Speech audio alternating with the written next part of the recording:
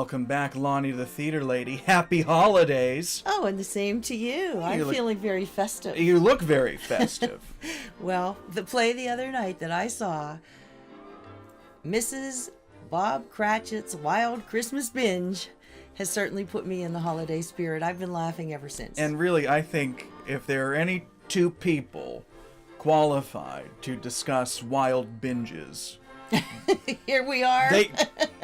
Here we are. So what is this play about? I mean, it's Christopher Durang, so we know that it's hilarious no matter what happens. That's exactly right. I love him. I mean, you can't lose with a play like this. No, absolutely not.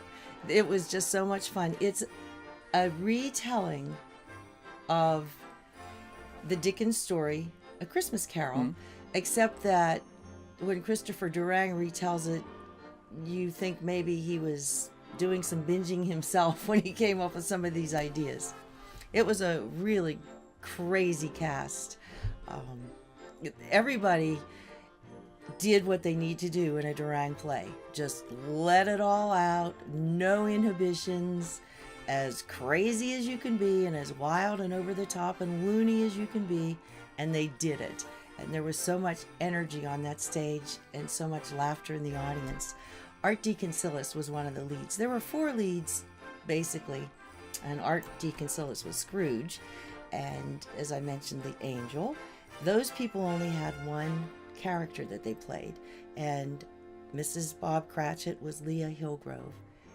She did such a great job because Mrs. Bob Cratchit was pretty cratchity and pretty unhappy about being so poor, and she said and did some really despicable things. However, she did it in such a way that you could empathize with her. And Mr. Bob Cratchit, who only played one role, was Bob Rock. And he has a way of playing a sweet, innocent, pure kind of character. And he did that with Mr. Bob Cratchit beautifully. Now, the rest of the cast all had at least 2 characters that they played. Some of them played both male and female characters. Oh, it's one of those kind of shows. Oh, yeah. And the costumes were wonderful. They were from the Pittsburgh Playhouse. Oh. So they were fantastic, really authentic Dixonian. Is that right? Is that how you'd say it? I understand your meaning. From Dixonsonian? Whatever. Dickensian. So some of the other characters that were main characters, Tiny Tim was played by a young man named Luke Graci, but he was a great Tiny Tim, and even though he was a little tall for Tiny Tim, he did a really good job. Well, that in with itself it. is comedy. That's true, and everything about this was comedy. I think if I were, to direct this, I probably would have cast an 8-foot-tall lumberjack as Tiny Tim. And then Little Nell was Tiny Tim's sister. She was amazing. Her name was Kerry Benson, and she did, as well as being Little Nell, she was one of 2 people, along with Andy Coleman, who was hilarious in this play. Oh my gosh. And the cast was rounded out by people that, for me to even begin to say who all they played and who they were, I'll just tell you the actors' names, because each of them had probably 4 parts. Sure.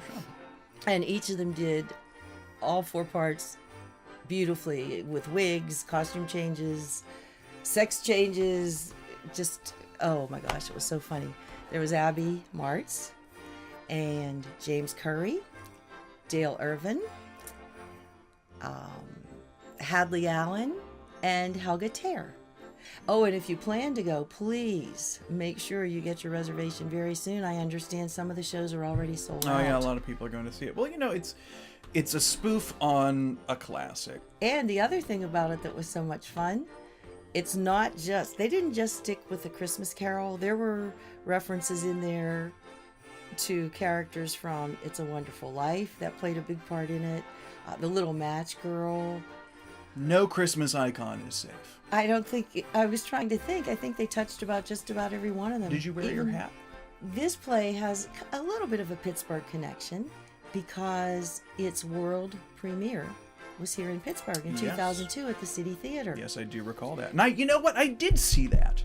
I've Did seen you? this. Okay. Thank you for reminding me. I have seen this. I saw it when it premiered at the City Theater. Well, I did. but it played well at the Little Lake, I think, because of how intimate the theater is and how Yeah. small it is, and you were so close to the characters that really made it a lot of fun and made it very humorous. So it's a good time out for the holidays. Oh, it certainly is. I wish that I had time to see it again. An 8-foot really tall long lumberjack who could do acrobatics. You know, because Tiny Tim was supposed to be, he had the little crutch. Did he have a broken leg, or was he just really sickly? Why would Tiny Tim need a crutch?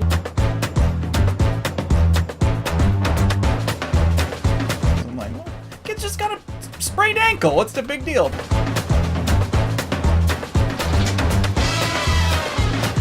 So costuming is very important, And even for our Burgh Vivant episodes. There you go. Well, I mean, just to get you in this took a crew of 6 people.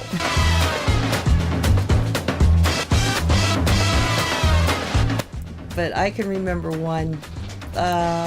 It was the first time I ever tried a martini. Oh, wow. We are And- going back. oh, So way what, back. you were about 6 years old?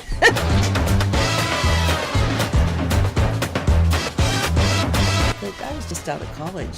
What did I know? Beer, Ripple, Valley Ripple. High. Oh, my God. Ripple. I can't. 80 cents a bottle.